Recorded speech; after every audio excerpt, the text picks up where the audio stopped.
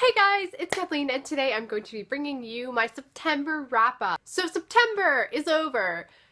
That's really terrifying. I don't know where 2017 has gone. I'm a little shocked, but that's fine. We're just gonna get through it. I am actually proud of myself. I read 6 books this month, which is crazy. I don't think I've ever read that much during a school month, so that's kind of nuts, and I'm actually really happy that I read that much. Don't know how I accomplished it. It's probably never gonna happen again, but I'm glad I did it. So without further ado, here are the books that I read this month. The first book I read this month, it feels like I read a million years ago. September has just been the longest month, but that is Ramona Blue by Julie Murphy. And this, guys, is my brand new signed copy of this book. I'm so happy I have this. If you don't know, at the beginning of this month, I went to a HarperCollins event that I go to pretty much every year, and I got a signed copy of this book, and then I also got a signed copy of The Hate U Give by Angie Thomas and The Upside of Unrequited by Becky Albertalli, and they were there, and I met them, and it was the most wonderful experience. They're the nicest people ever. It was such an honor to get the chance to talk to them.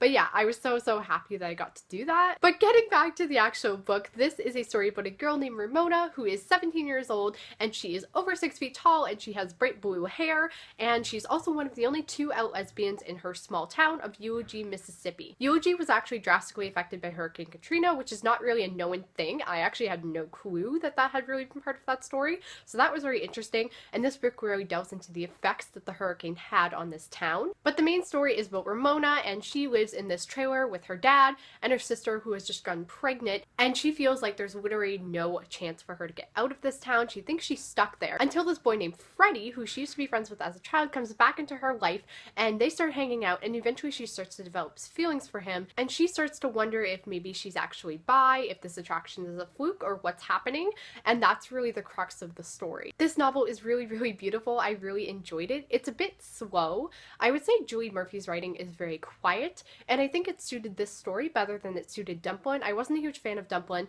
but I did like this one. I thought it was beautiful. I thought it was very realistic and very honest. Before this book was released, there was a lot of concern that this was a story about a gay girl realizing that she's actually not gay because she got cured by a man, and that's really not what the story is about. It really is a portrayal of fluidity and how sexuality isn't just black and white, and I thought that was a good thing. I mean, I totally get why some people wouldn't like this story, but I don't think that the original synopsis that came out exactly portrayed the story as it is. It really does depict her struggling with this. There's another lesbian character and then another gay character in the story, so it really does show that no, she's not just being changed by Freddie. That's not what's happening. She hasn't been cured or anything like that, and she actually worries about that at various points. She doesn't want to tell her mom that she's dating Freddie because her mom will automatically assume that she's been cured. So in my opinion, I'm not part of those communities, but I thought it was done well, and I enjoyed the story a lot, and I give this 4 out of 5 stars. The next book I read this month was a total surprise for me. I had it as an ARC from Indigo on NetGalley, and it was just a surprise. So it was Last Star Burning by Caitlin Sangster, and this is a new YA dystopian novel, which is the first warning bell that went off in my head. I thought to myself, I'm not going to enjoy this book at all. So it follows our main character, Sev, and she is a low sort of social class because her mother years ago had basically brought back this sickness called sleeping sickness into their city, and she'd injected Sev with it and brought it back, and she believes that she's lower than the low, and she got basically put in this class of 4s, who are obviously the lowest class. And one day she's hanging out with her friend at this bridge who was like a 2, which is like the military class, and this bomb drops from the sky, and she gets accused of having blown up the bridge and basically trying to wreak havoc on their city. And there's all this stuff the city is telling them about war from this other group, and that's supposedly who her mom was a part of, and they all supposedly want to kill everyone in the city, so they're all trying to be afraid of them. And as you can probably guess, none of this is true.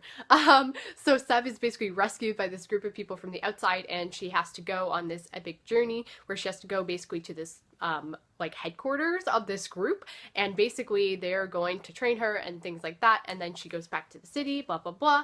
And you know what, I really enjoyed this book.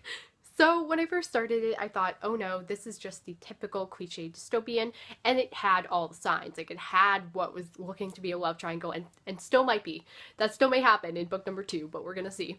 And it had, you know, the teacher giving all the background of the land and what had happened and how they'd gotten to that point. It had so many cliches, so many stereotypical characters, and I thought to myself, I don't like this at all. but there was something about it. It just charmed me. I don't know how to explain it. I really enjoyed the story though. Like, I got really wrapped up in it as it was going on. I really wanted to know what was going to happen next. And I guess there's just a part of me that still really enjoys trashy teen dystopian. I don't know. So I guess I just really liked the book. I thought it was good. I would actually recommend this book, which is shocking to me. I also loved the main sort of love interest, Hal. I just thought he was the best. He has a super cool like history. I really want to know more about him.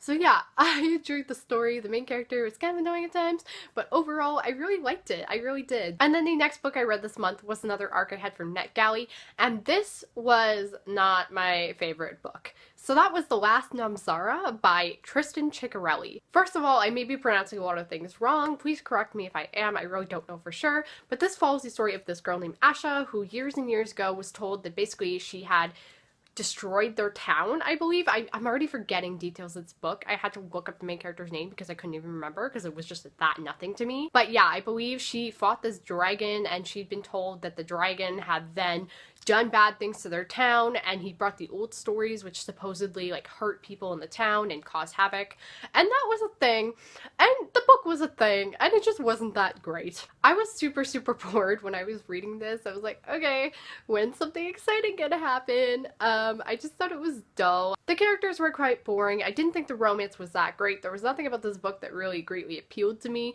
I honestly just don't get it. It has like a 4.17 rating on Goodreads, and I'm like, okay, yeah, that totally deserves it. I don't get it. I don't understand the point of this book. It just felt like every other typical YA fantasy. The dragon elements were cool, I guess, but overall I just wasn't into it. So I gave this book 3 out of 5 stars. Just not my favorite.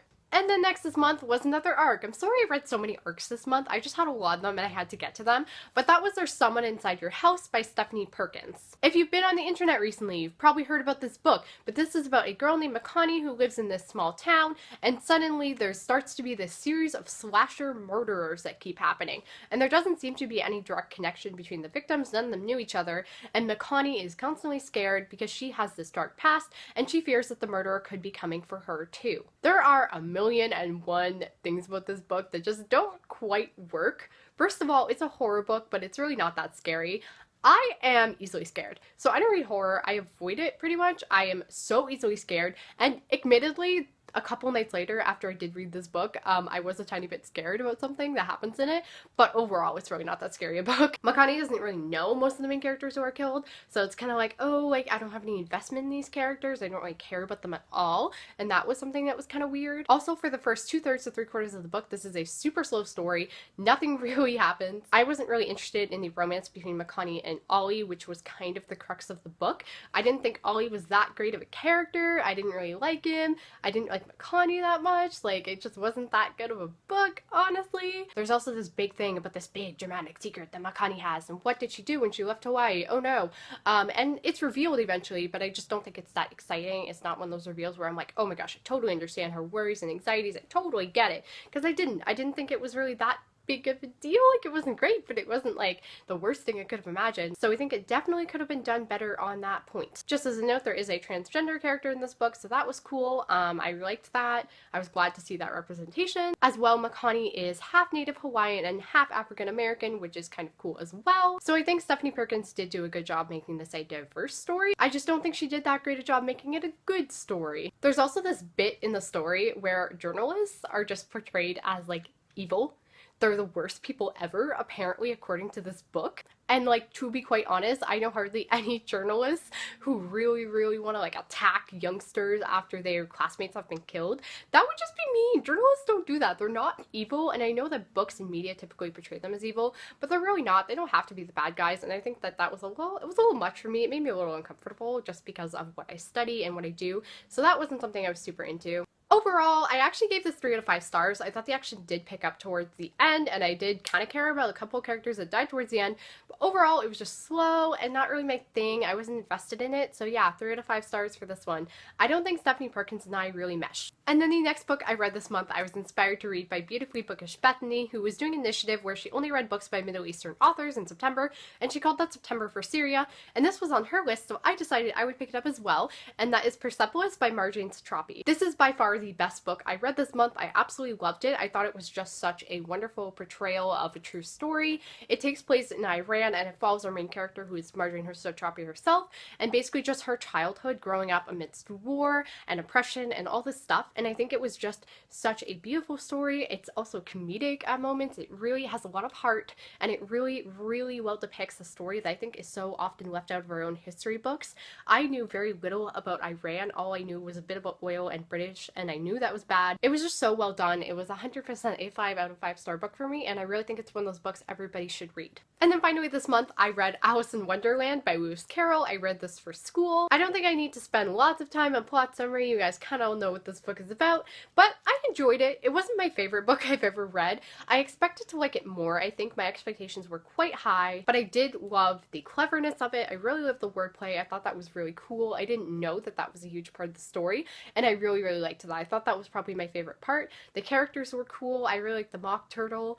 Yeah, I don't have a lot to say about this book, honestly. It was fine, and I'm sure there's lots of meaning in it, as I will discover for class, but I did enjoy it. It was good. It was fine. I give this 4 out of 5 stars. So those were all the books that I read this September. Again, I'm proud of myself. I know I probably won't read this many books the other months, but I am glad that I got to this many this month. If you guys have read any of these books, please let me know down below in the comments. As well, let me know what you guys read this month. I would really love to know. If you guys did enjoy this video, give it a thumbs up and subscribe on your way out if you're new here. I upload videos every Tuesday and Friday. If you would like to follow me at any of my social medias, the links will all be in the description. But in the meantime, I will see you guys next time.